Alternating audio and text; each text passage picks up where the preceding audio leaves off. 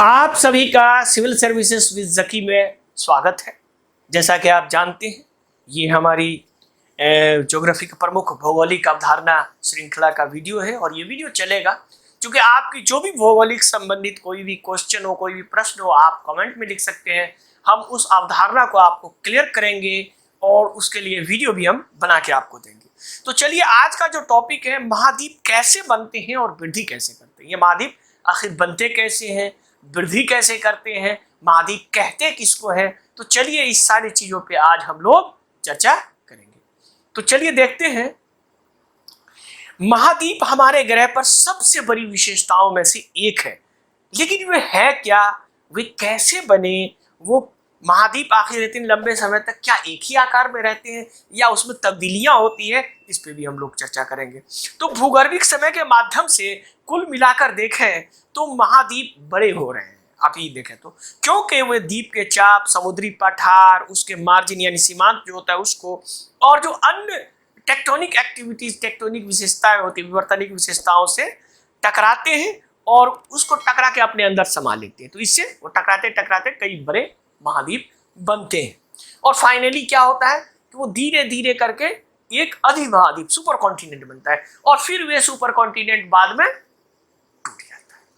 तो यही होता है, यानी बनता है, टूटता है। ये एक प्रक्रिया है, एक साइकिल है, ये चलता रहता है। तो चलिए, इसी में हम लोग देखते हैं आखिर तो महाद्वीप है क्या, बेसिक क्वेश्चन है।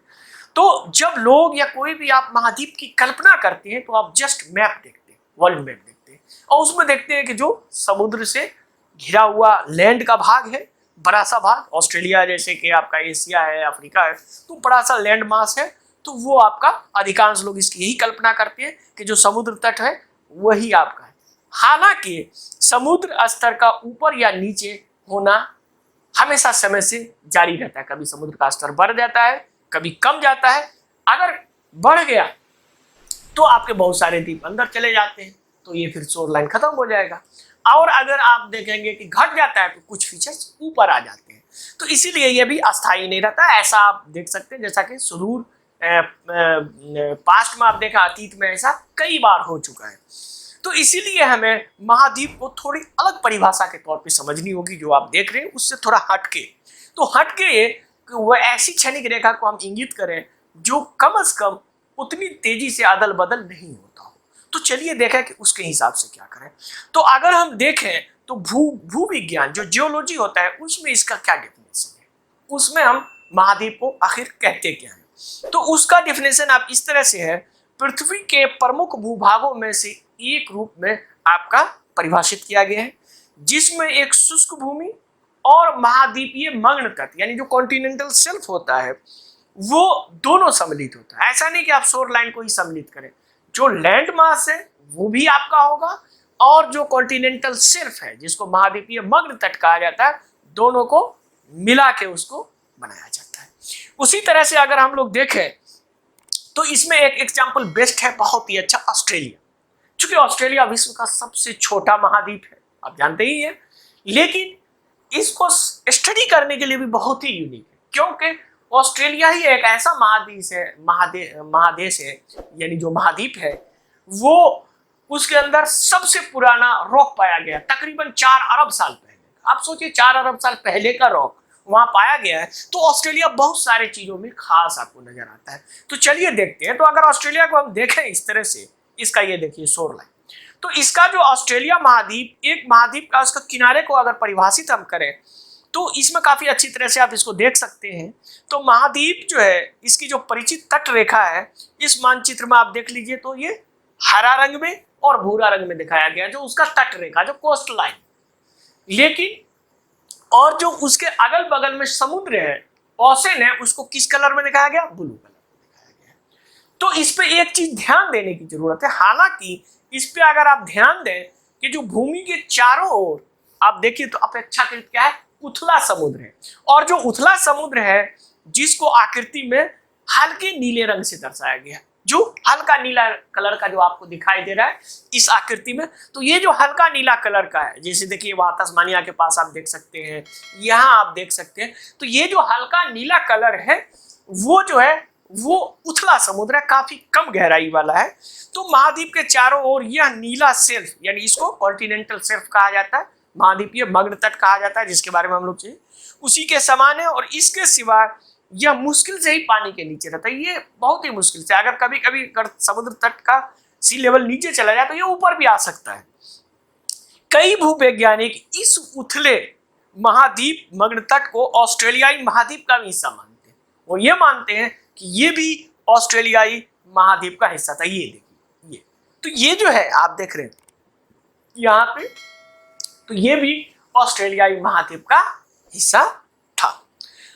तो चलिए, ये तो हम महाद्वीप के बारे में समझे। अब देखेंगे कि महाद्वीप के जो है वो अंतर कितना, जैसे कि महाद्वीप और महासागर पूरे विश्व में हम देखें तो जो पूरा विश्व का जो सतह है, हमारी पृथ्वी का जो सतह है, उसका किस तरह से डिस्ट्रीब्यूशन हुआ हम लोग जो जानते हैं। तो इस तरह का एक ग्राफ है। तो महाद्वीप और पृथ्वी के शेष भूमि और समुद्र तल का प्रतिनिधित्व करने का एक तरीका है, एक ग्राफ आप इसको कह सकते हैं। एक ऐसा ग्राफ है जो ऊंचाई और गहराई, यानी जो ऊंचाई, माउंट एवरेस्ट देख रहे हैं, ऊपर में मान लिया जो पहाड़ है हाई माउंटेन, और नीचे आपका वहां ट्रेंच है। तो ये दोनों को अगर आप देख रहे हैं तो इस प्रकार की इसमें हम देखेंगे तो इसका प्रतिशत के रूप में इसकी तुलना की गई है।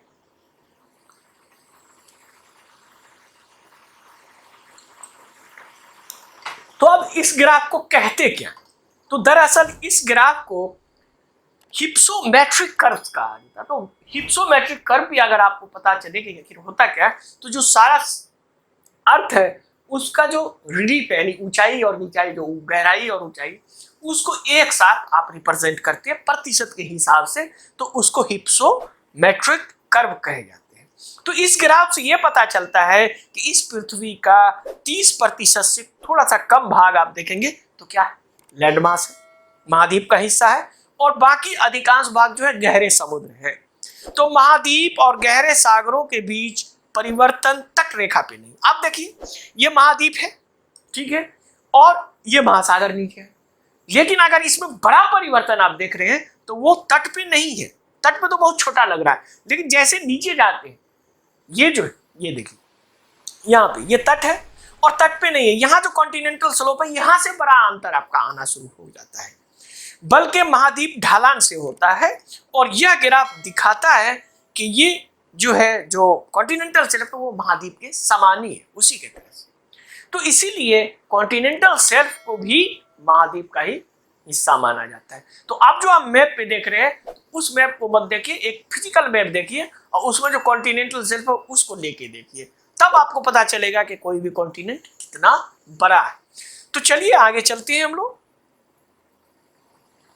तो महाद्वीप कैसे बनते और वृद्धि करते, तो चलिए ये सारी चीजों के बाद आप देखते हैं कि ये बनता कैसे, ये वृद्धि कैसे करता है, इसकी ग्रोथ कैसे होती है। तो चलिए इसको भी हम एक एक तरह से समझेंगे। तो ये फिगर देखिए, एक ही फिगर में काफी अच्छी तरीके से समझाने के लिए काफी अच्छा फिगर है ये।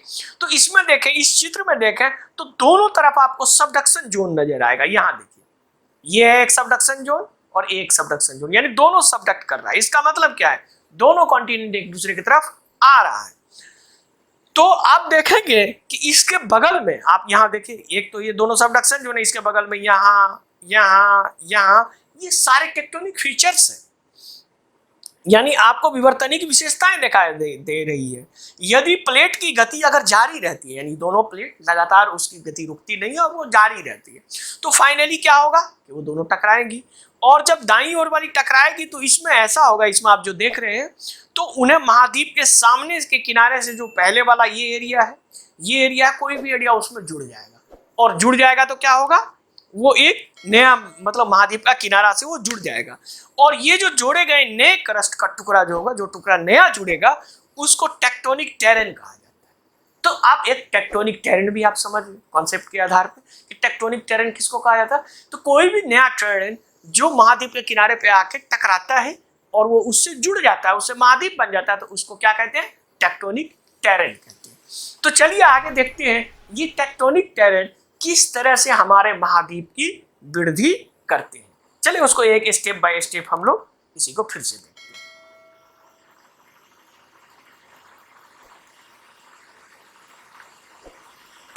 एक तो आपको महाद्वीपीय चाप दिखाई देगा जिसको आइलैंड आर्क कहा जाता है, ये देखिए।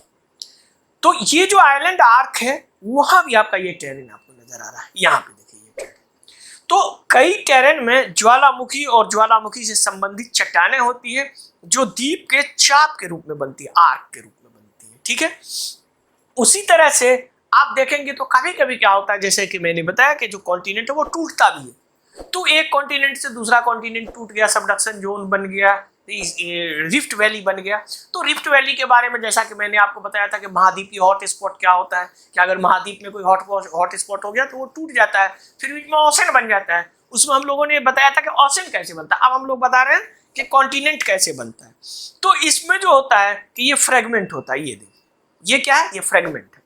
तो कुछ टेरेन में महाद्वीपीय विशेषता अधिक होती है, वो इसमें क्या होता है कि इसका जो तलछटी की चट्टान यानी सेडिमेंट्री रॉक इसमें होता है, और इसका जो क्रस्ट होता है वो ग्रेनाइटिक होता है, यानी ग्रेनाइट का बना होता है। हम लोग जानते हैं, जब हम लोग बच्चे को पढ़ाते हैं तो बताते हैं कि जो बेसाल्ट से बना हुआ वो ओशन का है, और जो ग्रेनाइट से बनता है वो आपका कॉन्टिनेंट से बनता है, वो हल्का होता है। तो ग्रेनाइट से कैसे बनता है, बेसाल्ट से कैसे बनता है, ये सारी चीजें आपको जानना है तो आप हमारे क्लास मुखर्जी नगर में आ सकते हैं। उसके अतिरिक्त आपको अगर और कोई जानना हो तो आप इसमें लिख सकते हैं, और इसको वीडियो को ज़्यादा से ज़्यादा फैलाइए, क्योंकि ज़्यादा से ज़्यादा फैलाएंगे तो हमको इसी से आपको मुफ्त में हम आपको हर तरह का चीज़, जो भी आपको ज्योग्राफी से कोई भी कॉन्सेप्ट हो, ज्योग्राफी पर्यावरण विज्ञान से, तो आप कमेंट में लिखिए, हम उस पर वीडियो बना के और ग्राफिक्स से एनिमेशन से समझाएंगे, ताकि आपको रटने की कभी ज़रूरत नहीं पड़ेगी और आप उसको अच्छी तरह से समझेंगे। तो चलिए, इस तरह के भूभाग का आमतौर पर उन टुकड़ों का प्रतिनिधित्व करते हैं जो किसी समय किसी महाद्वीप से कट गया या उससे टूट गए, ठीक है। तो ये टूटा हुआ या महाद्वीप से कटा हुआ भाग जो है वो भी आपको धीरे धीरे, आप देखिए सबडक्शन है तो जा रहा है। तो ये उसी तरह से होता क्या है कि ये टेरेन जो होता है वो समुद्री द्वीपों, महासागरीय पठारों और अन्य प्रकार की समुद्री क्रस्ट का जो प्रतिनिधित्व करता है, कुछ ऐसा टेरेन होता है जो मतलब कॉन्टिनेंट में जुड़ेगा, जैसे कि मैंने बताया था इसको टेक्टोनिक टेरेन बोलते हैं। ये टेरेन में होता क्या है कि जैसे देखिए यहाँ क्या है, ये ओसेनिक प्लेटू है। ओसेनिक प्लेटू का मतलब कि महासागरीय पठार। अब ये महासागरीय पठार, इसके अंदर छोटे छोटे द्वीप भी हो सकते हैं, महासागरीय द्वीप। तो ये अन्य प्रकार की समुद्री क्रस्ट का, तो ये क्या होता है कि ये जब सामान्य रूप से चलता है सबडक्शन जोन की तरफ, तो ये क्या होता है, ये ओसेनिक क्रस्ट होने के बावजूद भी चूंकि ये मोटा है, आप देखेंगे हालांकि ये समुद्री परत होता है लेकिन ये क्या होता है, मोटा होता है, जिसके कारण ये सबडक्ट नहीं हो पाता है। तो जब ये सबडक्ट नहीं होता है तो इसका मतलब ये हो गया कि इसकी संभावना कम होती है, तब ये क्या होगा, सबडक्ट नहीं होगा तो महाद्वीप में जुड़ेगा, तो ये फिर भी महाद्वीप में जुड़ने की संभावना अधिक होती है। अब फाइनल हम लोग देखेंगे, जब ये क्रस्ट जो है, ये जो भी आइलैंड आर्क है या लीनियर आइलैंड है या जो भी है, वो जब आपके सबडक्शन जोन के पास आ जाता है तब उसके बाद वो जुड़ता है। तो देखिए, एक टेरेन महाद्वीप से जुड़ने के लिए आमतौर पर एक सबडक्शन क्षेत्र में प्रवेश करता है। तो कैसे जुड़ेगा, जुड़ने से पहले वो सबडक्शन क्षेत्र में प्रवेश करेगा, और जहां वो क्या करेगा, सबडक्टिंग प्लेट द्वारा हटा दिया जाएगा और टेक्टोनिक महाद्वीप से जुड़ जाएगा। ये देखिए, ये जो आप देख रहे हैं, तो यहाँ जो आप देख रहे हैं येलो कलर में घेरा हुआ एरिया जो है, उस एरिया में आप देखेंगे तो वो टेक्टोनिक आपका प्लेट जो है घिरा हुआ है। तो ये एरिया, तो ये जो एरिया है यहाँ आप अब आपका ये इस कॉन्टिनेंट से ये जुड़ गया। तो इस तरह से कॉन्टिनेंट जुड़ता गया, बढ़ता गया, बढ़ता गया, बढ़ता गया, फिर आपका बड़ा कॉन्टिनेंट बन जाएगा। जैसे कि एग्जाम्पल के तौर पे अभी जो मैरियाना ट्रेंच के एरिया में आप देखेंगे तो वो पूरा काफी तेजी से सबडक्ट कर रहा है। इसका मतलब ये हो गया कि वो सबडक्ट कर रहा है, तो इसका मतलब इधर का कॉन्टिनेंट और ये ऑस्ट्रेलिया वगैरह सब मिल जाएगा और पैसिफिक ओशन काफी छोटा हो जाएगा, और फाइनली एक सुपर कॉन्टिनेंट का जन्म हो जाएगा। यानी आज से 250 मिलियन साल पहले, मतलब आगे फ्यूचर में एक सुपर कॉन्टिनेंट हो जाएगा जिसका एम एशिया कहते हैं। तो इस तरह से आपका सुपर कॉन्टिनेंट बनता रहता है, टूटता रहता है। तो ये कॉन्टिनेंट बनने की कहानी थी। तो आप लोगों ने देखा कि किस तरह से हमारा कॉन्टिनेंट बनता है। तो चलिए, वीडियो को जरूर आप लोग शेयर करें, आप लोग जो भी हिंदी माध्यम के बच्चे हैं, क्योंकि आप जानते हैं आप बहुत सारी जगह ज्योग्राफी पढ़ते होंगे, हम जानते हैं, लेकिन आप खुद कंपेयर करके देखिए वहाँ का ग्राफिक्स, वहाँ का एनिमेशन और जो समझ है, क्योंकि रटने से कभी आपको आईएएस नहीं बन पाइएगा, रटने से कोई भी कॉम्पिटिटिव एग्जाम आप नहीं निकालिएगा। अगर खुदा न खास्ता रट के आप निकाल भी लिए तो आपको न तो अच्छा रैंक मिलेगा न तो कुछ मिलेगा, क्योंकि आगे आपको इंटरव्यू भी देना है, आपको समझना भी है। तो इसीलिए समझ के पढ़िए, और ज्योग्राफी, साइंस इत्यादि ऐसा सब्जेक्ट है कि इसको बगैर समझ के आप नहीं पढ़ सकते, रट के नहीं पढ़ सकते। तो चलिए, कोई भी कॉन्सेप्ट, कोई भी अवधारणा जो आपको भूगोल से संबंधित हो, पर्यावरण से संबंधित हो और विज्ञान से संबंधित हो, तो आप जरूर कमेंट बॉक्स में लिखें, हम उस पर जरूर वीडियो बनाएंगे। तो चलिए, आप लोगों के लिए एक खुशखबरी भी है, और बहुत बड़ी खुशखबरी ये है कि जैसा कि मैंने बताया कि आप लोगों का एग्जाम 5 तारीख को है, पीटी वाला। तो उसके लिए हमने एक सुपर रिवीजन सीरीज में मेगा 50 करंट अफेयर्स बनाया है, और ये हम अपने ब्लॉग पे दिए हुए हैं। तो आप हमारे ब्लॉग पे जाइएगा, आप इस मेगा 50 करंट अफेयर्स को जरूर देखिएगा। और इस मेगा 50 करंट अफेयर्स में आपको हर सेक्शन बना हुआ है, इकोलॉजी इन्वायरमेंट है, ज्योग्राफी है और साइंस एंड टेक है, जिसमें नया नया जो भी न्यूज़ आया है वो सारा इसमें अपडेट आपको मिल जाएगा। और ये अपडेट आपको मई के फर्स्ट वीक तक मिल जाता है। आपका मई तो समाप्त होने वाला है, लेकिन उससे पहले तक का मिल जाता है।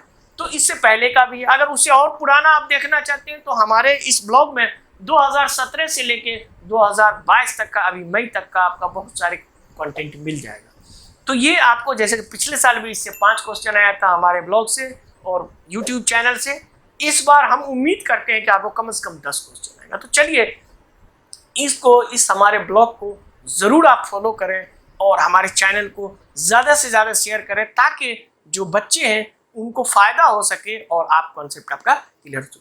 तो चलिए, वीडियो देखने के लिए आप सभी का बहुत बहुत धन्यवाद। मिलते हैं अगले वीडियो में।